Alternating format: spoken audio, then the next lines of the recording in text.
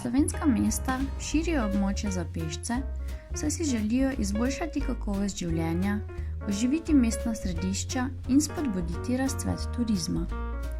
Uvedba območij za pešce pa nekaterim družbenim skupinam oteži dostop do določenih storitev in lokacij.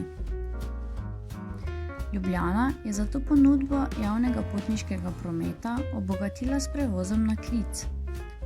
Prevoz na klic na območju, ki je sicer zaprto za promet, brezplačno izvajajo vozila Kavalir.